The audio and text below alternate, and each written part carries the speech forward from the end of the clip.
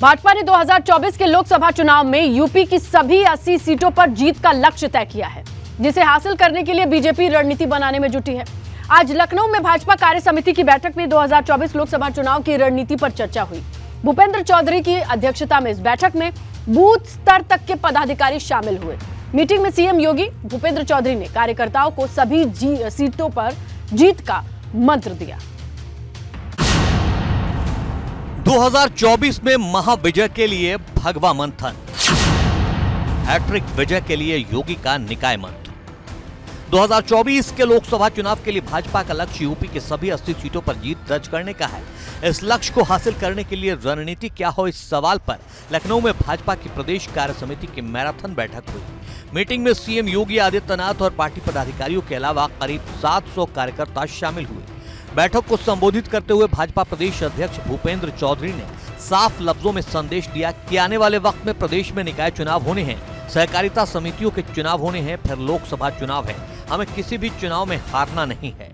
तो अलग अलग हमारे कार्यक्रम अभियान हैं, जो कार्यक्रम पुराने चल रहे हैं उनकी समीक्षा हम लोगों ने की है और आगामी कार्य योजना की दृष्टि से हम लोगों ने अपने कार्यकर्ताओं के साथ मिलकर कार्य योजना बनाई है। उसमें लोकसभा चुनाव भी है, नगर निकाय चुनाव भी है, एमएलसी का चुनाव भी है और हमारे संगठनात्मक कार्यक्रम, हमारी वैचारिक कार्यक्रम जो नियमित रूप से चलते हैं वो कार्यक्रम है। भाजपा ने 2024 के लोकसभा चुनाव में 71 सीट जीती थी। वहीं 2019 के लोकसभा चुनाव में भाजपा को 62 सीटों पर जीत मिली।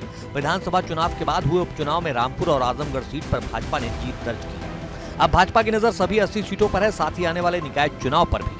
भाजपा प्रदेश कार्य समिति की बैठक में निकाय चुनाव में हो रही देरी के लिए भूपेंद्र चौधरी ने विपक्ष को जिम्मेदार ठहराया।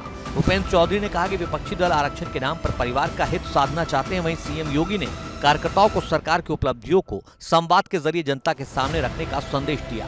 साथ ही कहा विधानसभा चुनाव के बाद विजय का सिलसिला बरकरार है, जिसे निकाय चुनाव में भी जारी रखना है।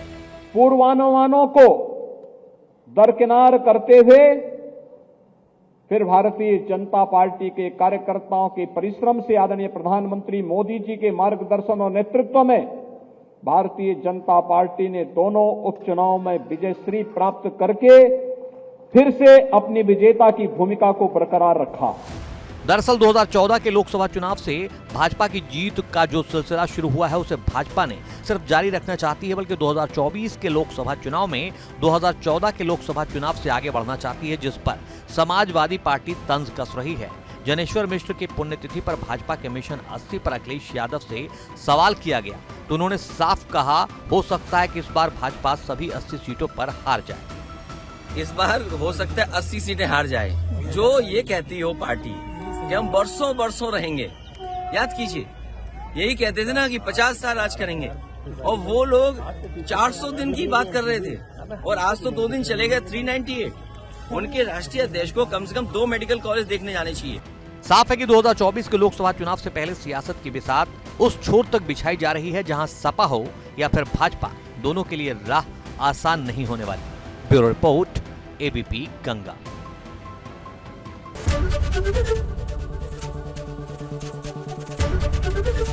एबीपी गंगा, खबर आपकी, जुबान आपकी।